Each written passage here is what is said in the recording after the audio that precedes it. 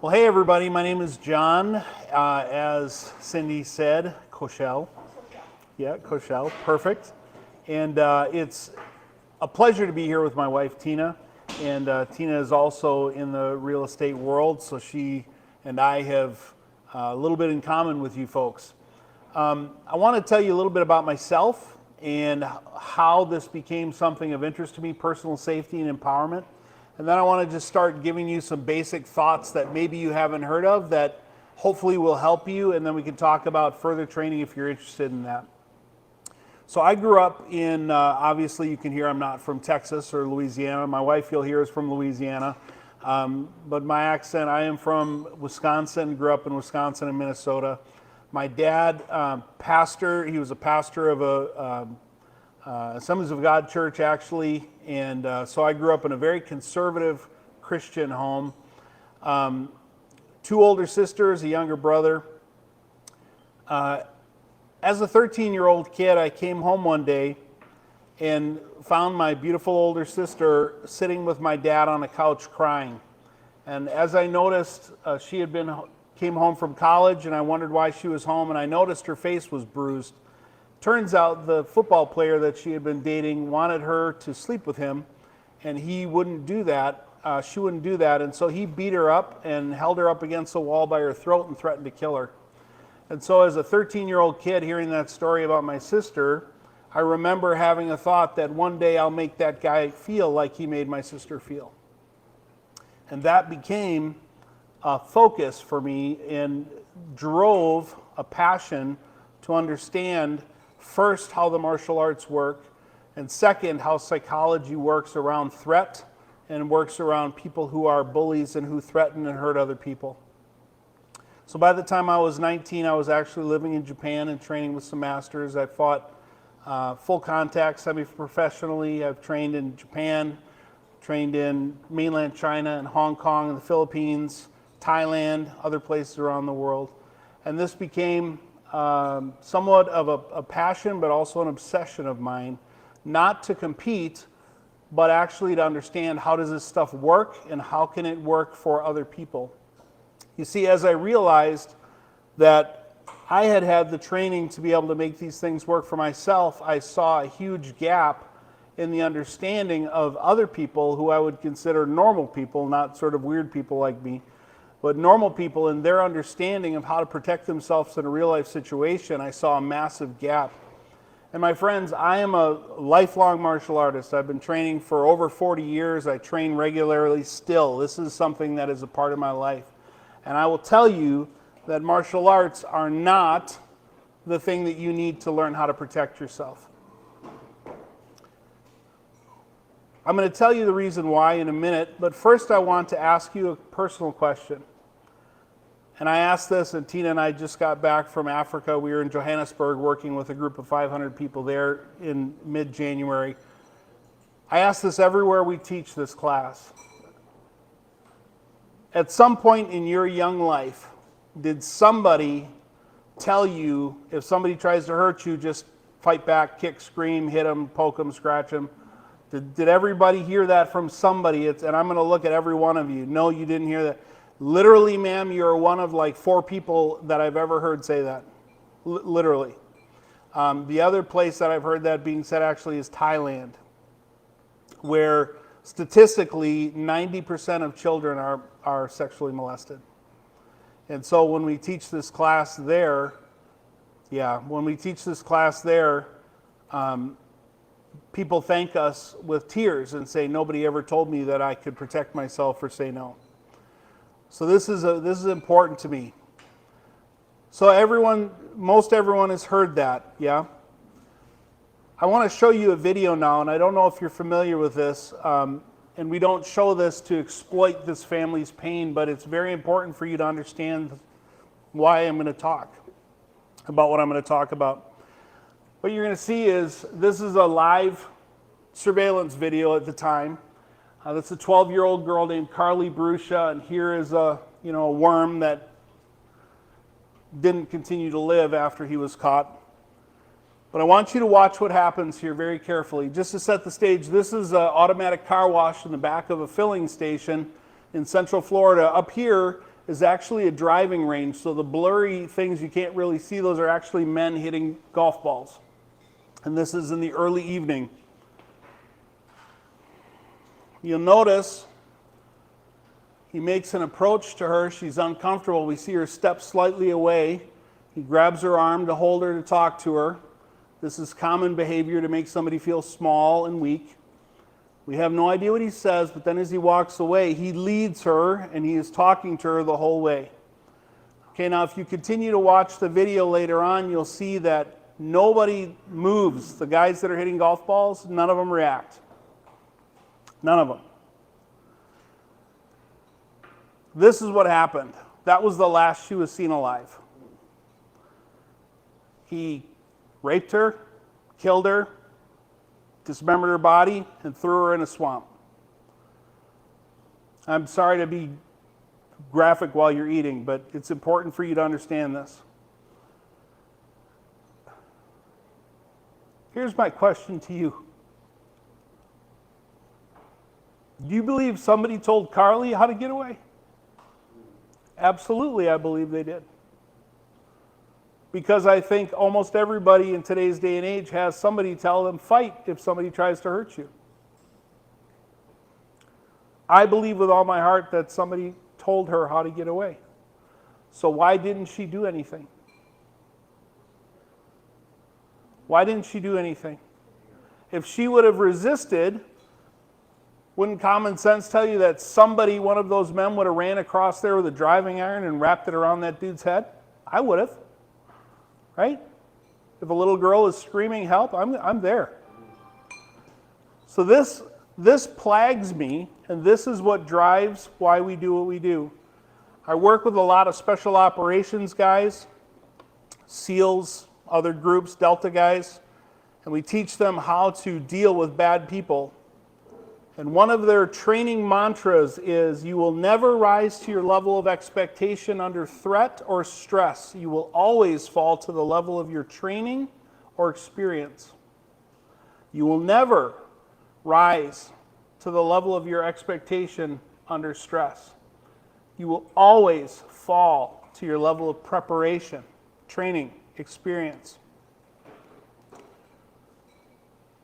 You know, when they caught this guy, they wanted to find out what drove him because they attributed dozens of situations like this to this man.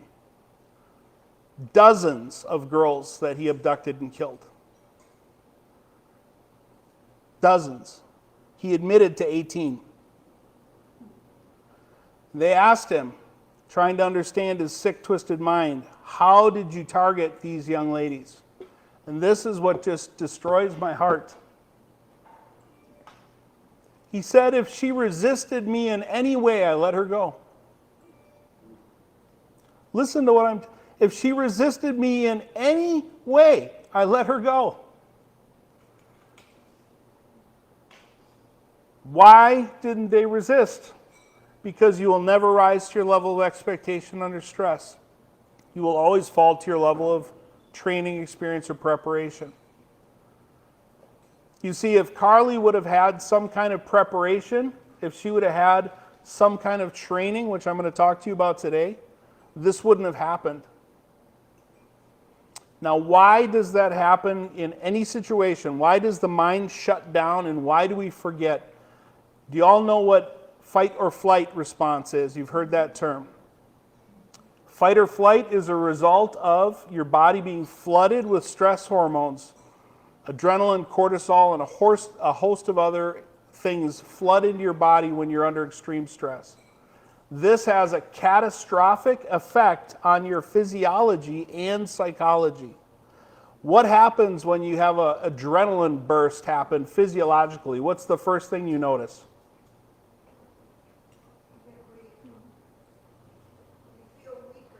Sure, you could feel shaky. Yeah, what else? Your heart rate. Did you know your heart rate will go from whatever it is at a resting rate to over 220 beats a minute in less than a half a second? It's real. What happens when your heart rate goes up? You got to get more oxygen to that blood going through your lungs, so your breath rate changes. We call this panic breathing, where you stop breathing deep and you start breathing shallow, and we call that stress or panic breathing. What else happens? Have you ever had tunnel vision? Your mind starts to shut off everything that it thinks is superfluous to the situation so you can focus on what you perceive as the threat. This is fantastic because it helps you focus on the threat, but it's also really dangerous because that might not be the only threat. Might be some other threats. Have you ever heard of audio exclusion, where you can't hear? This is why law enforcement personnel are taught to use loud, repetitive verbal commands. Repetitive. When they're screaming, get down, get down, get down, get down, get down, and the bad guy still isn't doing it, many times it's not he's resisting, it's he can't hear. Under that amount of stress, he's not able to even hear what's happening. I have good friends who have been in firefights and law enforcement. My cousin works in Compton. He's worked as a LA County Sheriff's deputy in Compton for 30-some years. He has partners who have emptied their firearm in a live situation and afterwards asked their partner, why didn't my gun work? And they literally had just shot 15 rounds through his handgun and could not hear a thing. Now this is the really interesting part. What happens when you hear a loud bang without hearing protection? What happens? You have ringing ears, right? With audio exclusion, there is no ringing ears. A perfect hearing like nothing ever happened, but they didn't hear it. These are direct results of these stress hormones in your body. Talk about fearfully and wonderfully made, right? It's amazing. Okay, but what happens psychologically when these things are happening physiologically? What happens psychologically?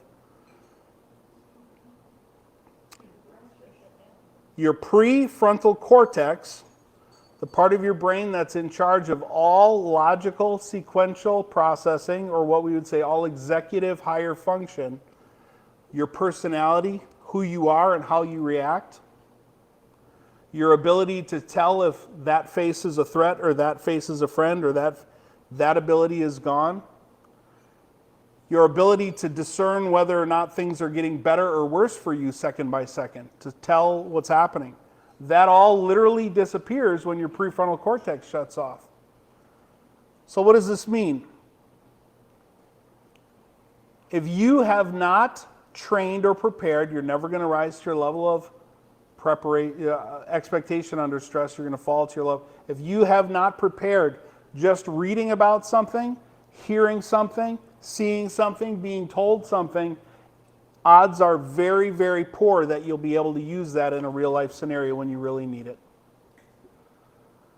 When I used to teach self-defense classes, and I taught at universities and all over the place, I used to teach martial arts techniques because that's what I was taught to teach. If somebody grabs a hold of you, you do this. If somebody grabs a hold of you this way, you do that. And you have to memorize a list of techniques for each situation. Gathering what I just told you about the brain, do you see how that just doesn't work? If I stood up here and showed you 15 different ways to get away from somebody grabbing you, could you remember that in a week?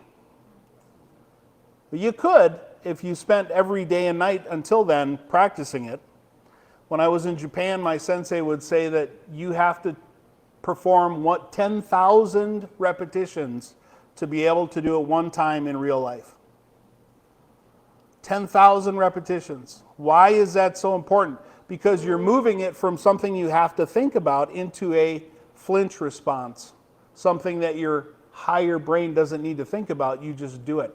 If you take a step from where you're sitting and you trip, you don't have to think about how to catch yourself. You just catch yourself. It's a flinch. As a martial artist, that's why we spend decades doing what we do, to build those responses in so that we don't have to think about it. But my friends, that's not what you're here to learn today. If I told you I'm going to give you 15 things that you have to do 10,000 repetitions each, and luckily, hopefully with 5 years of diligent practice, this might work for you, that wouldn't be a real answer for self-protection or self-preservation, would it? No. So those things martial arts solutions do not work. I'll tell you what else doesn't work, and I might get a little bit of cat calling in the room right after this. Having a firearm in your purse or in your pocket doesn't work. It would work if you walked into a showing like this and you were ready for anything just to pull your firearm. But if you have a firearm that's hidden somewhere and something starts to happen and you have not trained under extreme duress how to actually deploy that firearm, it's just as useless to you as her thoughts were about trying to get away from somebody. That's just reality, my friends, and I'm trying to give you the truth rather than stand up here and glow sunshine. The truth is important. So as I started to work through this, how to teach these concepts to people, and we had a chance to work with airlines in Europe, had a chance to work with airlines in Canada after 9/11, worked with different blue chip corporations across North America. An amazing thing started to happen. As we started to give people real answers to this problem, we started to notice that it affected their business life. Is everyone familiar with Maslow's hierarchy of needs? The pyramid, and on the bottom is food and shelter and heat, warmth. And the next level of that is safety and security. And the next level of that is companionship. And it moves up until you get to what he called self-actualization. It's a psychologist's theory that says without certain things in your life, you can never get past that level into the next area of your life. And what we noticed is that many people live their life in a low-level state of fear. Even if they're not afraid and they don't know I'm afraid, there's anxiety that's present in their life. And some of that can be because they're not sure how things are going to work out. And we call that the fear of the unknown. As I work with special operators and security and military people, we have to work on psychology. The physical stuff is easy. The understanding of how to run their own software system is much more complex, and so we spend a lot more time working on that. One of the things that we understand is there's a common factor in danger to every human being. The most dangerous thing to you, the most dangerous thing if you're in a war zone, the most dangerous thing if you're at Walmart, the most dangerous thing is fear of the unknown. The second most dangerous thing is fear of bodily injury or harm. And for men, interestingly enough, it's fear of being made to lose face or your pride in front of other men that you see as men. Those three things drive a lot of our behavior, whether we believe it or not. They just do. And so what we noticed as we began to teach people, and Tina and I become, about 10 years ago, we got heavily involved with the fight against human trafficking worldwide. So we worked with different groups of people, and we worked with a friend of ours named Elaine, who worked in Las Vegas with the Las Vegas police and different groups to help victims are being trafficked. And she was a kind, timid little soul, even though she was a little warrior out there fighting with people to save these people. And she told us she was afraid in those situations, but she did it anyway. We took her through a 3-hour class called Street Smart Defender, which teaches you how to get away from any unwanted approach or attack. And then we left and we were gone. We saw her about a year later. She looked like a completely different woman. She walked differently, she talked differently, she led differently, and that led her to be working with international groups and leadership today because it changed the way she saw the world and the way she saw herself in the world. And as we began to work more and more with high-level executives and we began to talk to people about this, we saw that training yourself to be able to be confident, that you don't have to worry about somebody hurting you, that you know it's not a flip of a coin or a guess, but you understand how to get away from somebody, changes the way you even hold yourself, and it changes the way you speak the way you talk, the way you interact with everybody that you meet. And this is a very powerful, powerful thing. Do you know your subconscious mind is kind of like an autopilot for your life? And that subconscious mind, to a great degree, is influenced by your conscious thoughts. What you think about, your subconscious mind will go to work about making that a reality. And I'm not talking about the gift or any of that other sort of, I'm talking about a real psychological principle. If you are constantly worried if somebody is a threat to you, you are going to act different around them, whether you like it or not. It's just a fact. I bet you all have experienced this. I'm sure you've done sales coaching. How you see that prospect and how you see the sale will come out in how you present to the prospect. They will see it. We sometimes call it commission breath. People can tell if you are fixated on getting a commission or not, or if you care about them. People can tell. And so one of the things we've noticed is to be able to learn and understand how to not be physically threatened by somebody changes the way you deal with them. But secondarily, and I would say more importantly in the business world, understanding how to deal with conflict, verbal conflict, conflict of wills, even if I'm trying to talk about a sale with somebody or talking about leadership. If I am not worried about the outcome of this, because I know no matter what happens, I have a systematized approach to take control and bring this to a win-win conclusion no matter what happens. I'm no longer intimidated for talking to somebody. It gives me freedom to be able to engage with people fully who I am in all of my capability without having something in the background holding me back because I'm really worried about what if this doesn't go the way I hope it's going to go? What if it went the way another one went? And we plague ourselves, don't we? I was having a chat with some people in your office, and we were talking about dealing with past failure. And it's an interesting human condition that you can succeed at 99 things and fail one time, and the 101st time you get up, what are you going to think about? The one time you failed, not the 99% of the time that you succeed. Have you ever taught somebody how to ride a bike, or you yourself, and you tell them, don't ride into that tree? What's the first thing they do? Ride right into that tree. Why? Because you brought to their conscious mind something that they are now fixated on, which then draws their subconscious mind to make that thing so. It just is that way, my friends. And so learning and understanding how to deal with somebody so you're never threatened physically by them, and then learning at a deeper level the psychology of how to help mold any conversation into a win-win situation. That is the key to success in any business endeavor, in my opinion. And it takes away the roll the dice, the hope I'd get it this time, I'm not sure what, and it actually lets you play at your full potential rather than having this anchor in your psyche that's holding you back. It's very, very important.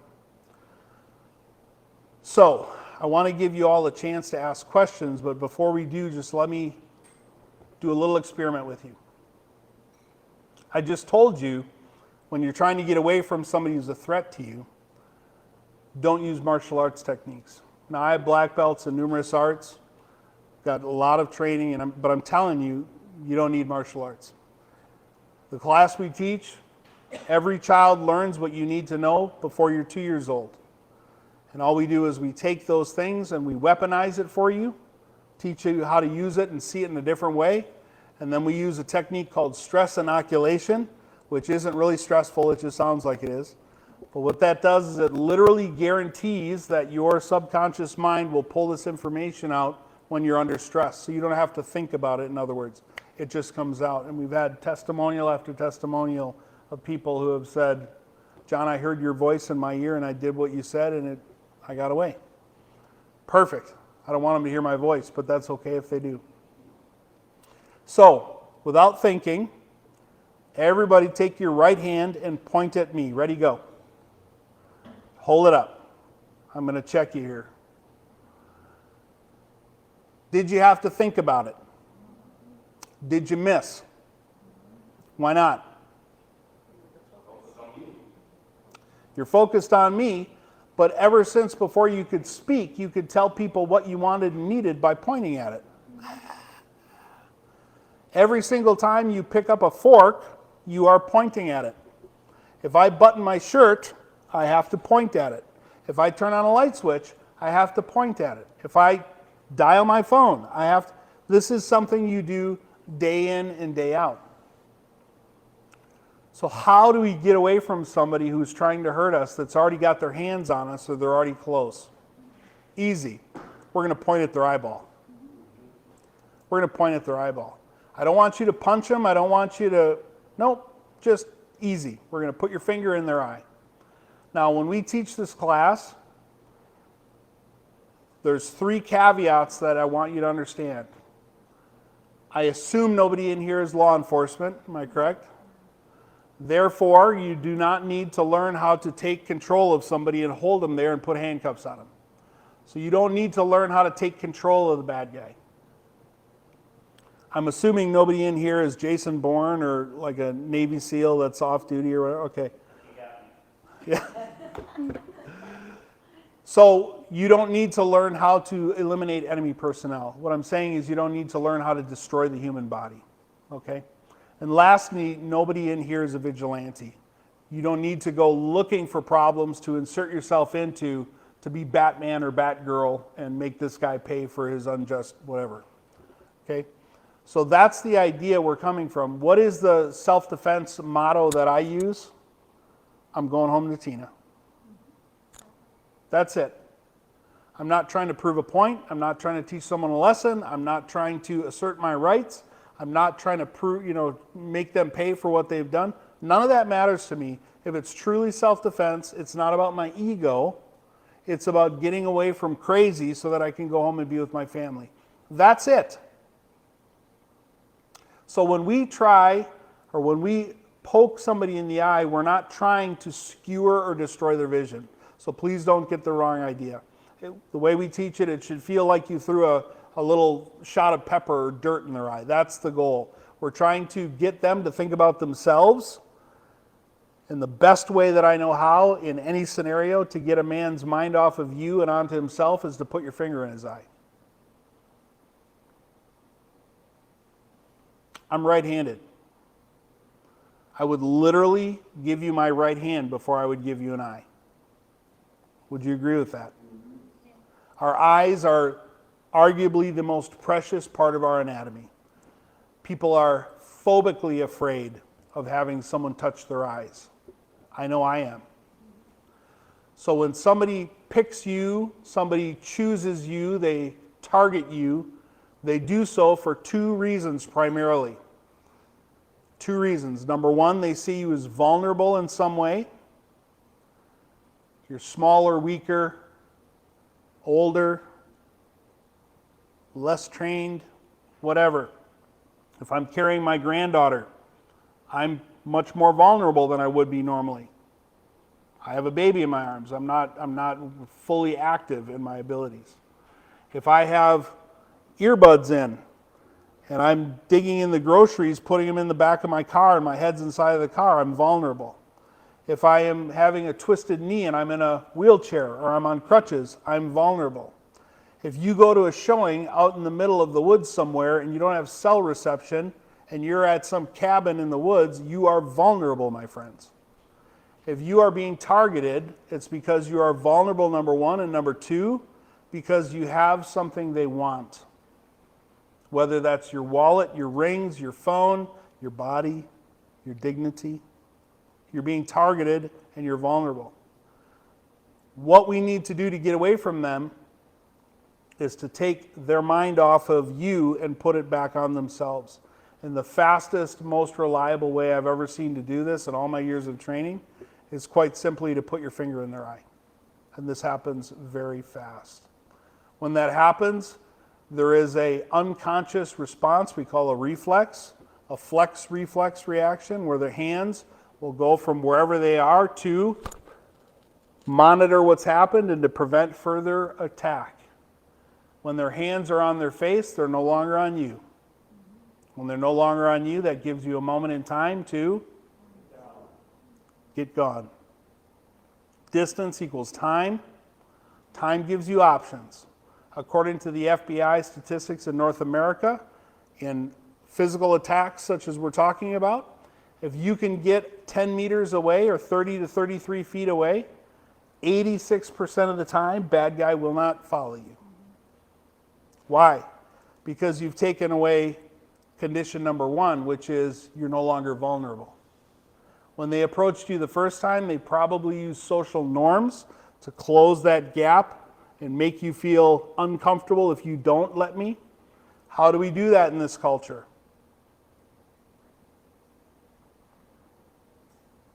Sir, could you stand up for me?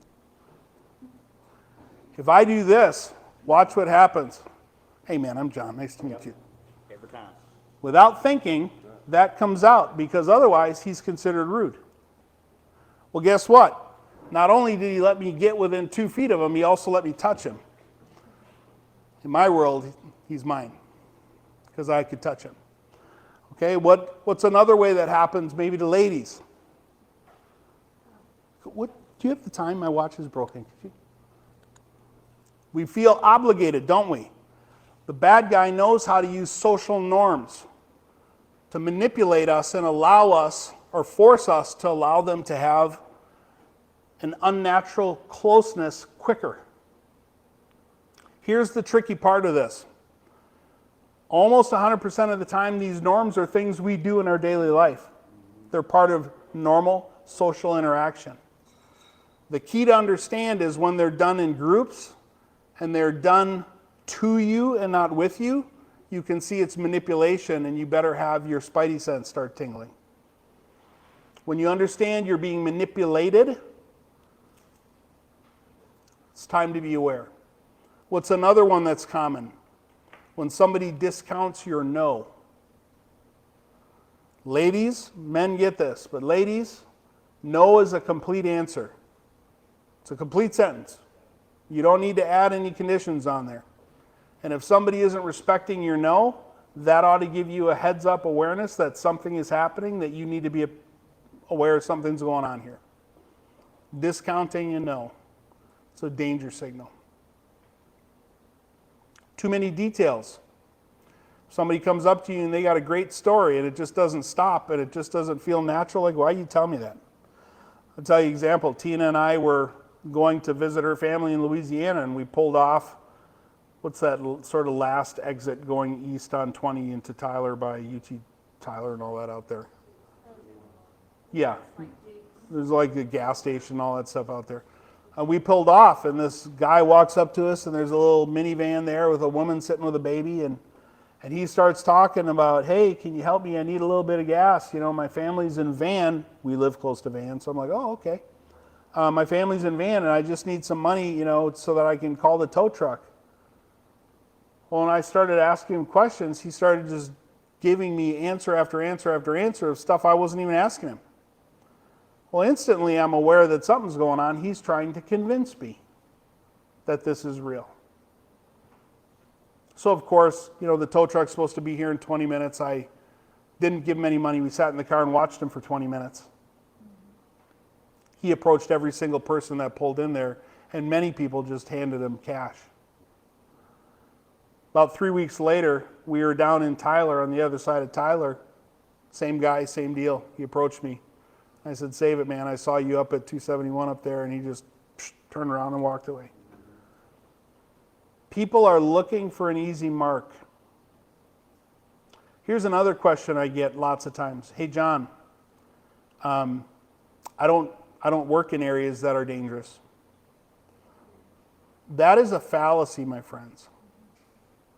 And let me tell you why. Places aren't dangerous. People are. And people are mobile. And guess what bad guys tend to do? Like to go places where people aren't expecting bad things to happen. Because then my guard is down. I don't need to lock my car. I don't need to worry about this person. Now in all this, when I talk to you, I don't ever want you to feel paranoid, because paranoia isn't helpful. That is the fear of the unknown. Preparation is key. When you prepare, you no longer need to be paranoid. When I get in my car later with Tina and we leave here, I do not obsess over every other car on the road, because I have insurance in the glove box and I have my seatbelt on. I don't wear my seatbelt because I expect to drive into a bridge piling. I wear it because I'm prepared in the case some emergency happens. And it's the same with this training. Again, remember, you will never rise to your level of expectation under stress. You will always fall to your level of preparation or training. Do you have any questions for me today? Yes? Okay, somebody approaches you from behind and you can't point your finger. Can you just sit down? I would suggest you turn around and point them in the eye. If they grab you, it's a different game. If they grab you so you can't turn around, and we have an answer for that in the training as well. I usually don't suggest sitting down. Now there are some instances where yes, but usually when a man grabs a woman, it's for one of two reasons: either to put her down or take her somewhere. So if you sit down and you are in a place where you're by yourself, you've just accomplished goal number one for him. Yeah, if it's in public and you start yelling or screaming and telling him, no, get away from me, other people are going to be aware what's going on. The problem with sitting down is you're immobile. You can't move now. That is a huge problem. An old karate instructor of mine used to say, it's a poor set of feet that lets your head get beat. I'm just thinking that can't move. They wouldn't be able to move. But if their goal is to just hurt you and take something, you've made it much easier for them. Yeah. Not a bad idea. You know, there was a case, and I don't know if any of you are familiar with, there was a project in South Chicago called Cabrini Green. I don't know if anybody's familiar with Cabrini Green, but it was rife with drug issues and gang issues back in the 70s, early 80s. The city actually bulldozed it, the projects, because it got so bad there were literally running gun battles with explosives going inside from apartment to apartment. The gangs would literally blow a hole through the cement wall to get to the next apartment, to the next apartment, to the next apartment. Horrible. There was a young lady from the suburbs who was she was a substitute teacher, and she got off the bus at the wrong stop and ended up in the middle of Cabrini Green. Before she knew it, she was surrounded by a group of young men, and she was going to be gang raped. And she literally got down on her hands and knees, started mooing like a cow and eating grass, and they let her go. They thought she was crazy, and they left her alone. So, now, I'll just say this as me, John, okay? I have no idea how someone would have the mental fortitude to actually be able to do that in that kind of a real life situation. That is unbelievably shocking to me, that someone would be able to actually have the mental fortitude to do that. Because I've been in situations where I've been surrounded, and I certainly wasn't in danger of being raped, but I was in danger of being hurt, and I was scared to death and lost my ability to think. So that she could do that. But it's a known sort of fact that people who are looking to rape someone, that is not a sexual thing in nature. It's a power of crime and dominance. It's not sexual crime. It's classified as a sexual crime, but it's not rooted in that. It's rooted in domination and violence, okay? And when somebody is either mentally handicapped or is just crazy, typically criminals will leave those people alone. Typically. The other option is to urinate, defecate, vomit. Again, if you are no longer something that they wish to touch, that's a valid way to get away from somebody. okay? I used to teach classes that were 2 hours of just, hey, don't do this, don't do that, don't go here, look for this, look for that, situational awareness stuff. And that's all very important, but I feel like all of you are kind of switched on already as far as that goes. Otherwise, you probably wouldn't even be sitting in this room right now. You can learn those things through actually reading about it and understanding concepts. And I know that the National Association of Realtors has a lot of little resources for you to read and look at that talk about personal security. But when I got done teaching those classes, inevitably, 100% of the time, a hand would go up and people would say, but John, what if I did all that right and somebody still got a hold of me or trapped me somewhere? How do I get away? And so the classes I teach now start from that point. If somebody actually has their hand on you, here's how you get away from them. Yeah. Is there any other questions? Thoughts, comments, experiences? So if you're on a parking lot or around getting gas or walking across the Walmart parking lot, we're East Texas, people are very friendly, very common to strike up a conversation with the person getting in the car next to you. Yep. Is your advice to just stay focused and not interact with people you don't know, people who approach you? Absolutely not. Again, don't be paranoid, but just be aware. And once you are aware, it opens up a possibility of something you didn't know could happen. So I would like to suggest for you a book called The Gift of Fear. The Gift of Fear by Gavin de Becker. Has anyone read the book? Heard of the book? Okay. This is literally a book that I read every year for about 7 years in a row just to keep putting the information in my mind. And I also bought copies for every member of my family and asked them to read it. And actually my 34-year-old niece wouldn't do it. And so not ashamed to say, I shamed her for 2 years to get her to actually read the book. And when she read it, she thanked me. It's an outstanding book. And this book is probably the penultimate work on something we call pre-incident indicators. In other words, what happens before the thing happens?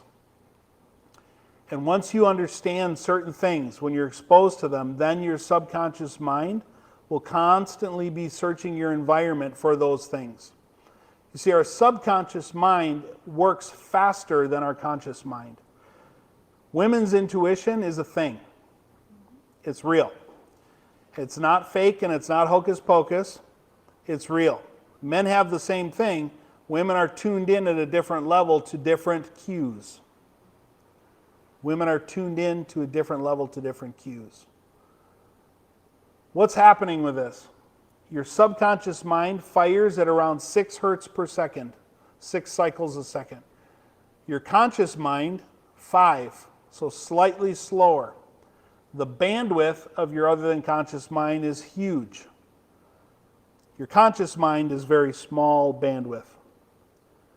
If you had to be consciously aware of everything that you're taking care of right now, there is no way you could have a conversation or listen. If you had to be thinking about regulating your skin temperature, your breath rate, your heart rate, your balance, digestion, all these, if you had to think about all the things that your brain is taking care of for you right now, you would not be able to sit here and listen to me. It's impossible. So what's happening? Your other than conscious mind is scanning the environment and looking for incongruities, things that don't belong or are abnormal. Once it recognizes something, you might have a weird feeling. Ooh, the hair rose on the back of my neck. And what's happening is your body is recognizing that, but your conscious mind hasn't caught up yet. Deja vu, anybody heard it? This is literally because you have been there before, but it was just like a millisecond before. Your other than conscious mind got there, and your conscious mind now recognizes, oh, I've been here before. Yeah, you have, just like a portion of a second ago. Your brain already recognized it. So when you have a feeling that doesn't feel right, listen to it. Always. I would much rather have Tina offend somebody and have to go apologize to them later rather than put herself at risk and never be able to take that back. It's always better. I know we were raised to be polite. I'm not saying don't be polite or be rude. Not at all. But if you feel something's off, listen to that, question it later when you're safe. Always. And so if you have a showing, if you've got to go someplace, as Tina got involved in real estate, she was taking, where were some of those that you had to go to, honey?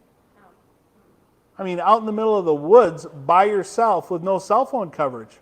There was no way I was letting her go to those things by herself. Not a chance. Some guy driving in from Houston to see a property out in the middle of the woods out by Lake Palestine, forget it. If you feel like something, not telling people not to do their job. I'm just saying, your safety is not something you can get a do-over on. I mourn with people when their children get hurt or when their spouse gets hurt. But it doesn't matter how much you regret it, you can't take that back. When I was in college, I had just come back from Japan. Like I said, I had been doing some full contact fighting. I was a little bit older. And because of the private school I was in, I had to live in the dorm for the first semester. So I was older than everybody in the dorm. A lot of the guys in the dorm had never been out of their state. Like coming to the big city of Minneapolis was huge, but they'd never been out of Minnesota. And so my residence advisor was this 19-year-old kid. And we were working one night, and I was asked to work on the security department to train the security team. We were working one night, and he asked me, and he came from a very conservative Christian background as well, and he said, "John, I'm concerned about you." I said, "Do tell. What are you concerned about?" "Well, because Jesus said to turn the other cheek, and you learn martial arts." And I said, "Listen, let's just cut right to it. Someday if you're at home and you walk in the door and you see your wife or you hear your wife being raped in the room and there's a guy on her, what are you going to do?" And he said, "Well, I'd stop and pray for him." I got so angry. I said, "You're a liar or you're an idiot, one of the two. I don't care who you are, and I'm a Christian man myself. That is not against religion. That is not, you take care of your family, period." Not too many years ago, he called me, weeping. His daughter had been raped. And he said, "I understand now." And talking with him, I could not take away the thing that he had neglected. I couldn't take that back. It was too late. So in all that, listen to your instincts. Do not be paranoid, but just make sure that you have the right trainings, because you're never going to rise to your level of expectation. Under stress, you're going to fall to your level of training. Never be shamed into doing something you don't feel comfortable. And remember, it's always better to ask for forgiveness later and apologize than to put yourself at risk now. Always. Always. Listen to your heart. Listen to your heart. So we are going to actually be looking to put together training here in Tyler if you all are interested.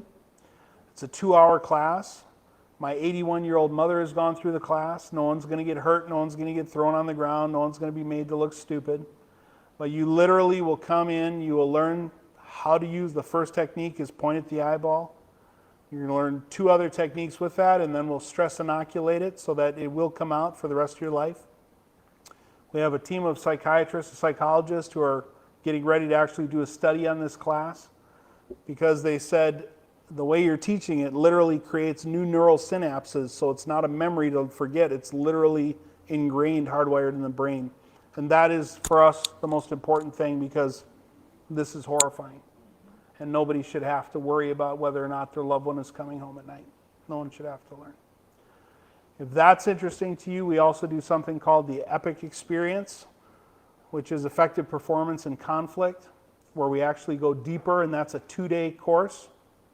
Normally we charge $8,000 to do that a person, but because of Cindy and her asking, and because we want to help the community here, we'd love to do something for realtors. It had to be $49.97 here. And we have a class scheduled for March 2nd and 3rd. And in that class, I teach you in a greater depth how to deal with people that are trying to hurt you so that you can get away, how to use your environment, and then most importantly, I believe, how to take verbal conflict and how to use these principles to actually further your business and your abilities in your sales and whatever you're doing, because you're not worried about now dealing with conflict with people. You know how to handle it.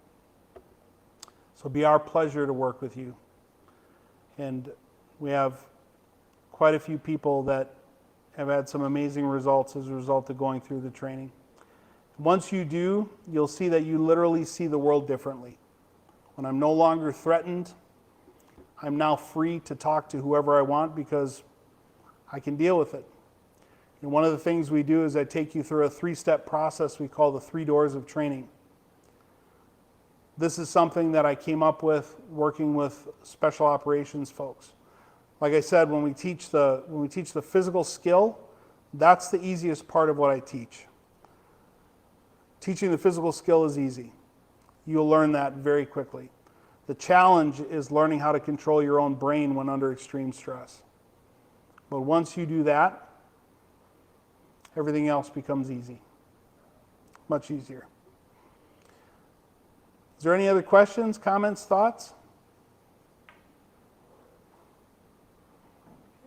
Yes? Is what you're teaching like self-defense? Is it Krav Maga? No, and I don't teach Krav Maga. And Krav Maga is something that I've actually studied. And I don't want to talk bad about an art. What was her question? I'm sorry. She asked, is what I'm teaching Krav Maga? No, not even close. Yeah. Do you teach, have you been around Krav Maga? I've taken some Okay. So the reason why, it's self-defense, so I was curious how it differs. yeah. So, and I don't know exactly, with Nathan here? Yeah. So I don't know exactly what he was teaching, but did he teach you a bunch of if they do this, do that techniques to learn? Yeah. So how many techniques do you think you learned that day? I don't know, I took it for a while, so it was something I just wanted to go and do, so. Yeah. I've learned quite a few, I guess, over time. Yeah, absolutely, for sure. So this is something that we do for 2 hours, and then you literally have it the rest of your life. You don't need to practice it. Yeah. One of our students, her name is Maria. She's a grandmother up in Philadelphia, and we were working with an outreach during the Super Bowl when it was in Three Rivers Stadium. When was that, huh? Back in 2015. 2015. So we were doing outreaches for people who are being trafficked. The Super Bowl is one of the largest trafficking events that happens worldwide. People come from all over the world. Girls and boys are shipped in from all over the world just to service the perverse nature of the people that are looking for those things. And so we were working with an international team there in New England. We did a class. She was working with some girls, and so they offered a class to those girls. And we do that. We'll go and we'll work with people who are at risk or who are being trafficked, because many times they've never had someone tell them that they're worthy of protecting. And so they've never been told that it's okay. They're not somebody else's property. And so we're not there to preach at them. We're there to teach them this skill set. And when they leave, they start having their own questions about, why am I letting somebody hurt me like this? And so it's very healing for them to be able to have empowerment in that way. And so we taught Maria in 2015. And so 8 years ago, and we got a phone call not too long ago where she said, and she lives in Philadelphia, hey, I was just mugged. Called Tina. And I said, don't call us, call 911. What do you call? We were in Vegas at that. What are you calling us? We're on the other side of the country. And she said, oh, no. I did she's the one that said, I heard your voice in my ear. I did what I was supposed to do. The guy fell down and I ran around the corner. She called 911 and then she got her cell phone out and she started filming the guy. And the guy kept doing this to more girls, more ladies, until the police came and arrested him. She actually was a witness in his trial and put him away for 2 years. And so we asked Maria, have you trained before? And she said, never. And have you practiced what we taught you? Never. So what we do works, and it's not something that you need hours and hours and hours and hours and hours of training to do. Yeah. So do you have a class scheduled for the 2-hour class? For the 2-hour class, we wanted to talk about with your team what would be best for you folks. Yeah. The 2-day class is March 2nd and 3rd. We do have that scheduled. But We'd love to do a class with you folks if you're interested for the shorter class. And then you get to know who we are and what we do and see if we actually know what we're talking about. Yeah. Suggest for, like I have a 10-year-old daughter, and she's very paranoid a lot of like being kidnapped or stolen. Like would that be something? So typically, when we teach a class, we want to be 12 and above. And the reason is, I don't want to be the man that introduces your daughter to these kinds of horrible issues. I would rather you and your spouse do. But I'll teach you how to teach kids so that you can actually teach them. And again, with children, there's sort of an age accountability, right? And what I like to say is if the child is old enough that you'd be comfortable giving them a sharp knife, then that's probably going to be okay. If you wouldn't be comfortable giving them a sharp knife, I wouldn't train them in this way. There are other ways to train them. But the reason is, children at a young age don't understand the difference between reality and fantasy. And so they see cartoons, and I'm not an anti-cartoon guy, but they see violence, they see things happen, everybody laughs, and they go and they eat together or whatever. But if you teach your child how to do these things because they're so easy, they already know how to do them, for instance, poking in the eye, and they do that even as a joke and put their finger in someone's eye, it's going to cause a lot of problems. And so rather than put your child at risk, I would rather you decide when it's appropriate and then let me teach you how to teach the child. If that makes sense. But absolutely, she was 12. Yeah, absolutely, people need to understand. Yeah. And The Gift of Fear, that book will talk about that. And if you're interested in kids, there is a follow-on book called Guarding the Gift, which is specifically about children, dealing with children. Yeah. It's fantastic. Any other questions, my friends? Comments? Thank you very much.